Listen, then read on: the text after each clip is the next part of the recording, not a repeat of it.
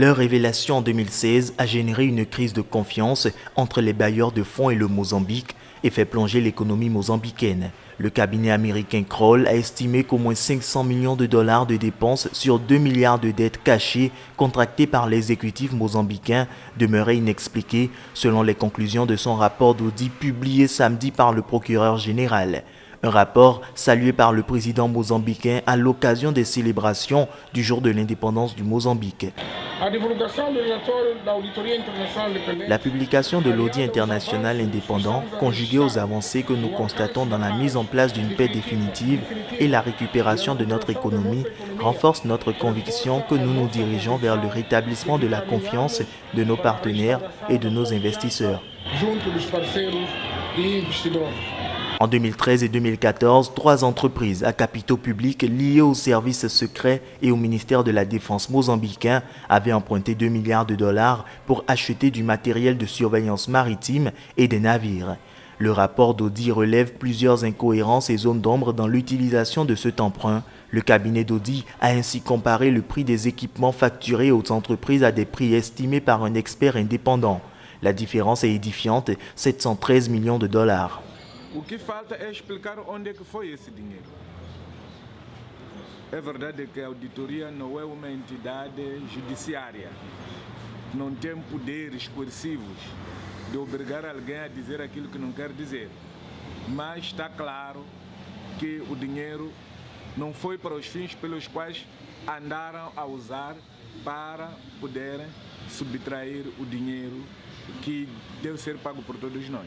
Le texte souligne le rôle déterminant joué par le fournisseur des équipements, le groupe Privinvest Shipbuilding, dirigé par l'homme d'affaires franco-libanais Iskandar Safa. Ce dernier est notamment propriétaire des constructions mécaniques de Normandie qui ont fourni 30 chalutiers et patrouilleurs.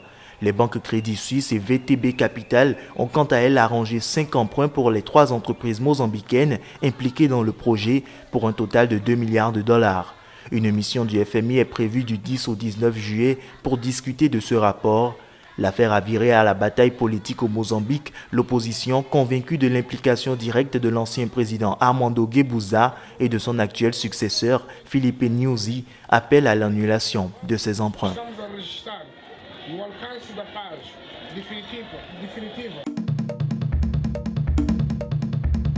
Les morts et les blessés ont été évacués vers l'hôpital universitaire de Maïdougouri et le calme était revenu lundi matin dans la ville. Selon le porte-parole de la police de l'État du Borno, Victor Izuku, plusieurs kamikazes ont actionné leur charge dans l'agglomération de Maïdougouri, dans le nord-est du Nigeria dimanche soir. Bilan, 9 morts et 13 blessés. D'après la police, un kamikaze a tué un gardien après avoir fait irruption à l'intérieur de l'université de Maïdougouri, près du centre de la ville, ce 25 juin. Une heure plus tard, 4 femmes kamikazes ont tué 8 personnes dans les faubourgs de Zanari. Lundi matin très tôt, 2 femmes kamikazes se sont fait exploser à l'université de Maïdougouri sans faire de victimes. Des attentats suicides ont été commis à plusieurs reprises ces dernières semaines dans Maïdougouri, capitale de l'État du Borno et dans ses environs. 12 personnes avaient ainsi péri le 19 juin et 14 autres le 7 juin. Maïdougouri est la ville la plus durement touchée par les attaques du groupe islamique Boko Haram.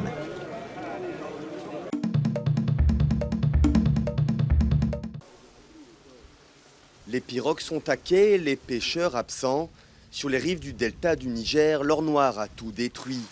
Après 50 ans d'exploitation pétrolière en pays Ogoni, au sud du Nigeria, la région est dévastée. L'eau est impropre à la consommation.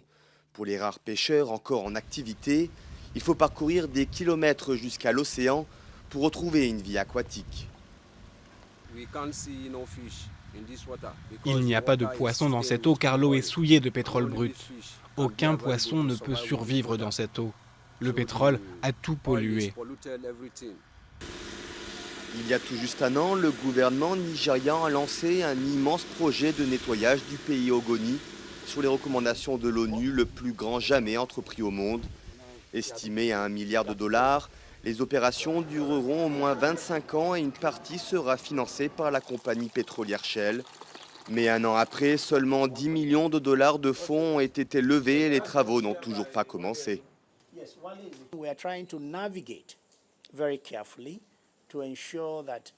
Nous essayons d'avancer avec attention. pour nous assurer que tout ce qui sera mis en place sera durable et que tout sera conforme à la ligne fixée par les Nations Unies pour le nettoyage. Exaspéré par la lenteur du nettoyage, Michael a décidé de planter des arbres pour reconstituer la flore endommagée, un projet embryonnaire qui a commencé dans cette école du pays Ogoni. À cause de la pollution, beaucoup de carbone et de particules se dispersent dans les villages et dans l'atmosphère. Ainsi, les arbres les piègent, les capturent et les utilisent pour la photosynthèse. Lorsqu'ils utilisent ce carbone pour la photosynthèse, les arbres renvoient de l'oxygène pour la consommation humaine et nous vivons. Des multinationales comme Total, Chevron ou ExxonMobil opèrent dans le delta du Nigeria, la plus grande réserve d'hydrocarbures du continent africain. Outre les accusations pesant sur Shell pour le manque d'entretien des infrastructures pétrolières, le vol et le raffinage clandestin d'or noir ont aussi contribué à la pollution du pays Ogoni.